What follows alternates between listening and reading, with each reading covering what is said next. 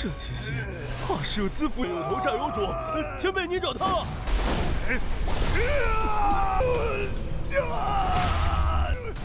替我拖延时间。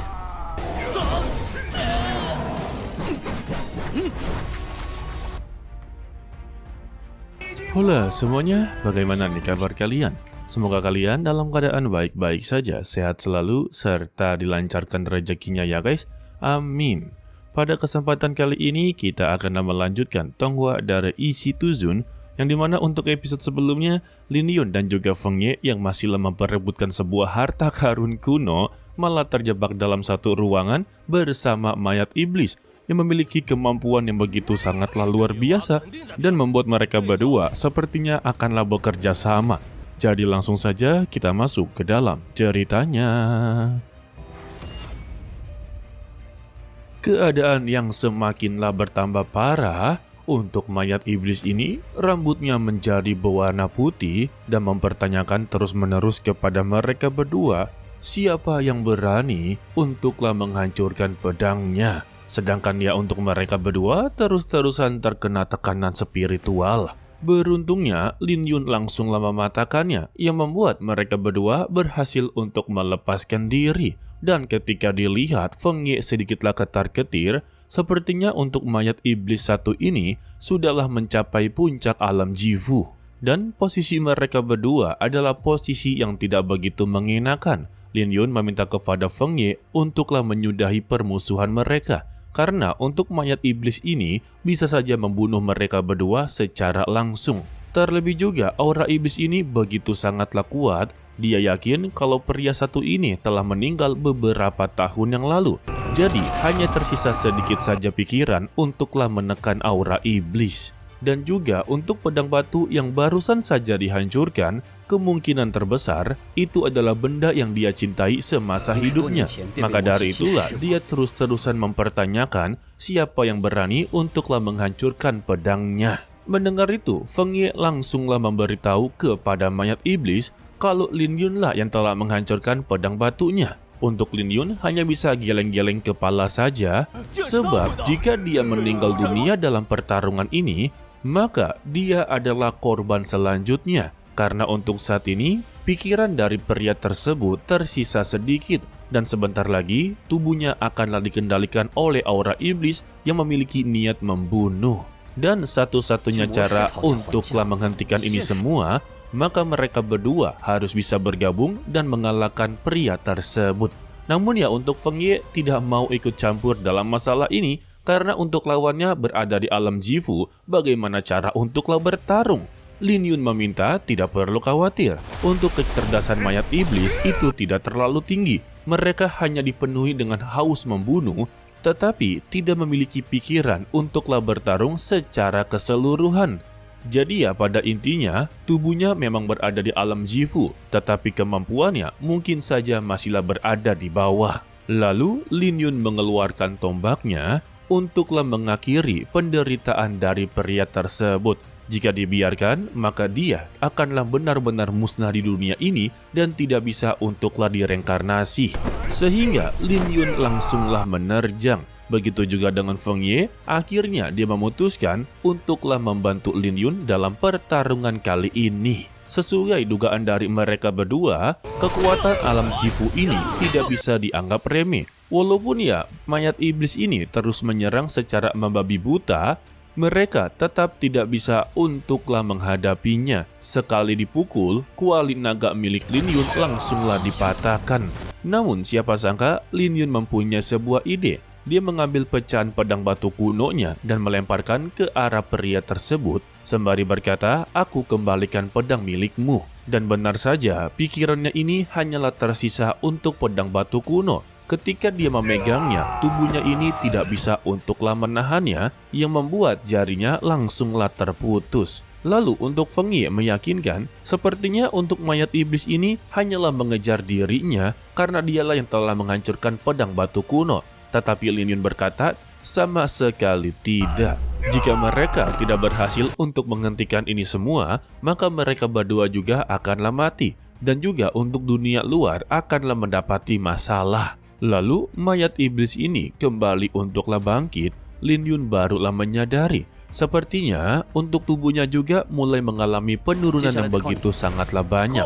Sebab ketika pedang batu kuno ini tersentuh dengan tubuhnya, tiba-tiba tubuhnya langsunglah meledak. Contohnya seperti jarinya ya. Jadi dia mempunyai ide kalau Feng Ye adalah kunci dalam pertarungan ini dan dia akanlah mengandalkannya. Awalnya untuk Feng Ye, dia sama sekali tidaklah mau terlibat dalam semua ini. Seharusnya Lin Yun lah yang bertanggung jawab atas semua ini. Dan Lin Yun meyakinkan kalau kemampuan Feng Ye ini jauh lebih kuat daripadanya. Terlebih juga untuk mayat iblis ini bukan hanya menggerogoti jiwanya, melainkan menggerogoti tubuhnya juga. Jadi bisa dipastikan dia belum sama sekali mencapai puncak alam Jifu. Jadi dia mengandalkan Feng Ye untuklah mengeksekusinya, sedangkan untuk Lin Yun terus-terusan mengalihkan perhatian serta mengulur waktu. Atau ya posisinya dibalik, Feng Ye mengulur waktu atau mengalihkan perhatian, biarkanlah Lin Yun untuk mengumpulkan kekuatan pedangnya agar bisa memastikan untuk menghabisi nyawanya. Diberikan dua pilihan tuh. Dan Feng Ye kembali mempertanyakan, seharusnya dia sajalah yang mengulur waktu, biarkanlah dia yang untuk menghabisi nyawanya. Lin Yun kembali mempertanyakan lagi, apakah dia yakin untuk bisa menghabisinya hanya dengan satu serangan saja. Dan Feng Ye hanya bisa garuk-garuk kepala, di mana dia begitu sangatlah ragu.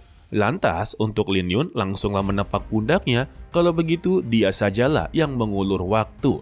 Sehingga Feng Ye pun terpaksa untuklah melakukannya. Dia pun mengucapkan, jika Lin Yun gagal dalam satu serangan ini, maka mereka berdua juga akanlah tamat. Lalu roh harimau langsunglah dikeluarkan serta menerjang ke arah mayat iblis. Begitu juga dengan Lin Yun sedanglah mengumpulkan kekuatan pedangnya. Untuk Feng Ye yang berubah menjadi harimau, dia pun terus-terusan mendapati pukulan secara telak. Dia terus berteriak kepada Lin Yun untuklah cepat-cepat menyelesaikan ini semua karena dia sudah sangatlah tidak tahan. Setelah dia mendapati tendangan maut, dia mempertanyakan lagi kepada Lin Yun apakah dia sudah selesai.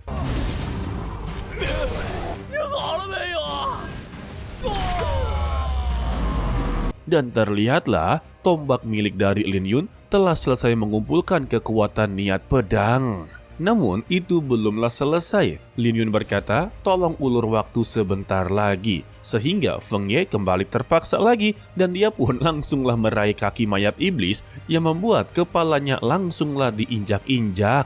Dan berkat pengorbanan dari Feng Ye, Lin Yun akhirnya berhasil mengumpulkan kekuatan niat pedangnya. Dan keluarlah tombak cahaya bulan. Hanya membutuhkan satu tebasan saja, Lin Yun berhasil untuklah mengakhiri pertarungan kali ini. Setelah berhasil mengalahkan mayat iblis, tubuh dari pria tersebut juga langsunglah menghilang dan mengeluarkan sebuah pil berwarna ungu. Lin xiaozi, ni bu di dao. Untuk Lin Yun langsunglah mengambilnya. Tetapi untuk Feng Ye, dia tetaplah tidak terima karena semua ini sangatlah tidak adil. Dia yang dipukuli, dia yang mengulur waktu, mengapa dia tidak mendapati hadiah sama sekali? Dan Lin Yun pun sama sekali tidak mempedulikannya guys.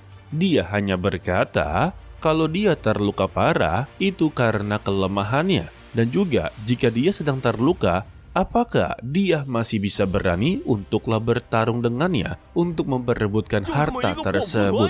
Feng Ye pun tidak berani untuklah bertarung. Dia pun langsunglah memberikan sebuah alasan, bukankah pavilion pedang Ling Xiao ini sangatlah terkenal dengan pavilion yang begitu sangatlah adil. Dan baru kali ini dia menemukan seorang murid yang berasal dari pavilion pedang Ling Xiao tidak tahu malu sama sekali dan juga begitu sangatlah serakah. Lin Yun hanya berkata kalau sebetulnya dia tidaklah terikat dengan pavilion pedang Ling Xiao. Dia hanyalah seorang kultivator bebas yang sesuka hatinya saja. Dan jika dia benar-benar inginlah mendapati hadiah, dia memberikan sebuah hadiah tempat duduk yang sebelumnya diduduki oleh mayat iblis. Dan Lin Yun meyakinkan kalau tempat duduk tersebut atau bantal ini sangatlah berguna untuk dia berkultivasi nanti. Karena untuk bantal tersebut memiliki kemampuan untuklah menekan spiritual. Contohnya seperti mayat iblis itu bisa untuklah mempertahankan sisa pikirannya bertahun-tahun.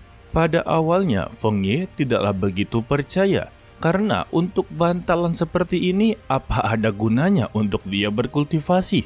Lin Yun memberitahu itu akanlah terjawab jika suatu saat nanti dia akanlah mencapai alam Jifu. Karena untuk bantalan tersebut juga bisa untuklah mempertahankan hatinya.